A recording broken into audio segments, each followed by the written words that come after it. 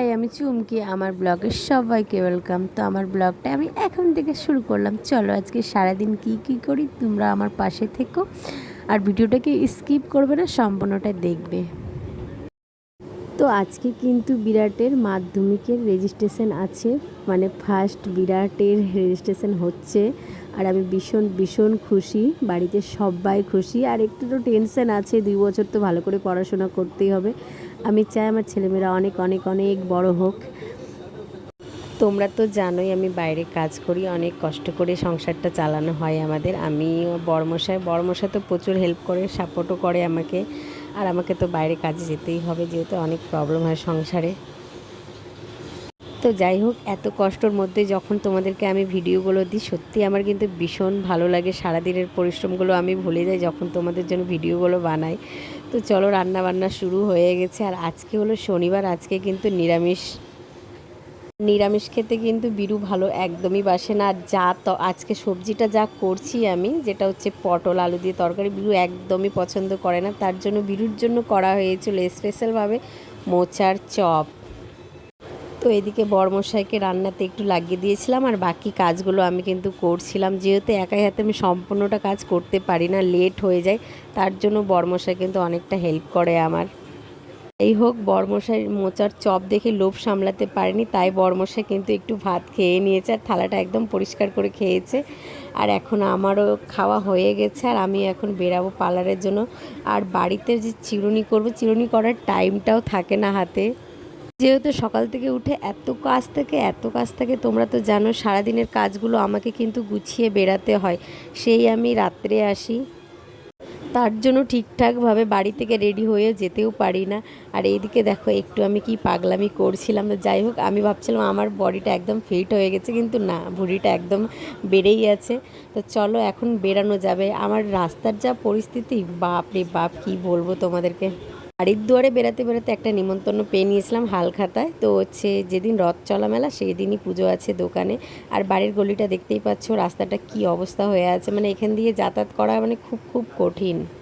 আর আজকের ওয়েদারটা বেশ ভালোই ছিল, দেখতেই পাচ্ছ রোদ্রের একদমই তাপ নেই, আর চারদিকে মেঘলা ওয়েদার। আর নদীতে কিন্তু অনেক জলও হয়ে বেড়ে গেছে। তো ফাইলে নিয়ে আমি পার্লার পৌঁছে গেলাম। আর পাশের দোকান দাদাটা দেখে নাও, এতক্ষণে দোকান খুলছে, যেহেতু আমারও 11:30 বেজে গেছিলো। কখন কাজকর্ম করতে করতে বেলা 3টে বেজে গেছিলো নিজেও জানি না। তো দুপুরের আমরা লাঞ্চ করতে বসে গেছিলাম আমি আর বোন মিলে। আর অনেকগুলো নিরামিষের আইটেম হয়ে গেছিলো, অনেক খাবার হয়ে গেছিলো। তো যাই হোক, খাওয়া দাওয়া করে কিন্তু আমি একটা কাজে লেগে পড়বো। ক্লায়েন্টের কিন্তু ফোন চলে এসেছিলো ফেসিয়াল করার জন্য। তো চলো, ফেসিয়াল আসবে তার আগে আমি একটু চুলটা বেনুনি করে নিই। তো এইদিকে দেখো, ক্লায়েন্ট কিন্তু আমার চলেই এসেছিলো, আর ফাইনাল রেজাল্ট আছে। আর কতটা গ্লো এসেছে, সত্যি এই ফেসিয়ালটা খুবই খুবই ভালো। দেখো, গল্পর তালে তালে কখন যে রাত 8:30 বেজে গেলো বুঝতে পারলাম না। দেখতেই পাচ্ছ চারিদিকে অন্ধকার হয়ে গেল। আর এখন আমার বাড়ি যাওয়ার পালা। কিন্তু অনেক দিন ধরে যা ভুরুগুলো বড় হয়ে গেছিলো, আর আমার ভুরু বড় হলে কিন্তু প্রচুর প্রচুর চুলকায়। আমার বলে না, অনেক জনারই চুলকায়, বাট আমারও প্রচুর চুলকাচ্ছিল। তাই রাজুদার তো কয়দিন ছিল না, তো ভুরু করতে পারছিলাম না। তো ফাইনালি আজকে কিছু দিন পর, জাস্ট 15 দিন পর আজকে আমি ভুরু করব। আর হ্যাঁ, আমার ভুরুর রোমগুলো তাড়াতাড়ি গজিয়ে যায় কিন্তু। আর রাজুদা কিন্তু খুব ভালো ভুরু করে, আর খুব আস্তে আস্তে করে, আর একটুও কিন্তু ব্যথা পায় না।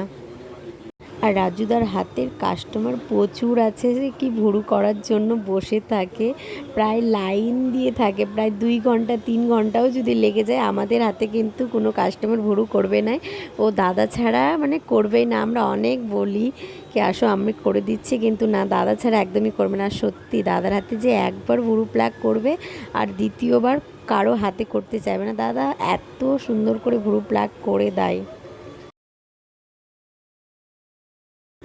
তো অনেক দিন হয়ে গেছে ফেসিয়াল করাও হয়নি, তাই ভাবছি কিছুদিন পর দাদার হাতের কিন্তু ফেসিয়ালটা নেব আমি। আর ভেবেছি হেয়ার কাট করব, হেয়ারটা আমি ছোট করব, যেহেতু লং হেয়ার আছে, আর কোনো দিন শর্ট করিনি। তো এবার শর্ট করার প্রচুর ইচ্ছা, পুজোর আগে আগে সেটাও করে নিব। আর চুলগুলো তো কি বলবো, উঠে উঠে একদম সরু হয়ে গেছে, বুঝতেই পারছো এখন চুল ওঠার সবাই প্রবলেম চলছে। অনেক দিন পর করছি, তাই প্রচুর প্রচুর ব্যথা করছে, আর আমি সত্যি ব্যথাগুলো সহ্য করতে পারি না। ওই জন্য মাঝে মাঝে কিন্তু আমি ব্লেড দিয়েও ভুরুটা করে নিই। আজকে কিন্তু বাড়ি যেতে প্রচুর লেট হয়ে যাবে। দাদা এত আস্তে আস্তে ভুরু প্লাগ করছে, প্রায় 9টা বেজে গেছে। বাড়ি যে কখন যাব প্রচুর টেনশন হচ্ছে আমার কিন্তু।